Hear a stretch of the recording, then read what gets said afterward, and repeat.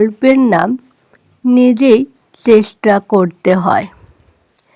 অ্যাথেন্সের এক ধনী একবার বাণিজ্যের জন্য সমুদ্র যাত্রা করলেন। সঙ্গে তার অনেক লোক ছিল। কিছু দূর যাওয়ার পর সমুদ্রে ভয়ঙ্কর ঝড় উঠল, আর সে ঝড়ে জাহাজ গেল ডুবে।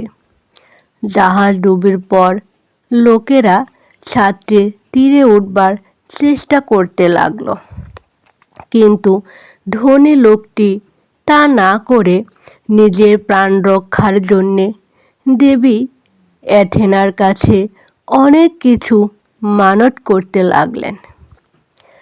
পাশ থেকে তার কাছ দিয়ে একটি লোক সাঁতরে যেতে যেতে ধনী ব্যক্তিটিকে বেশ উচ্চ কণ্ঠে বলে গেল, নিজেকে বাঁচানোর ভার কেবল দেবতার ওপর ছেড়ে না দিয়ে বাঁচবার জন্যে নিজেও একটু হাত পা ছুঁড়ে সাঁতার কাটবার চেষ্টা করুন। তো বন্ধুরা, এই গল্পটি থেকে আমরা এই শিক্ষা পাই যে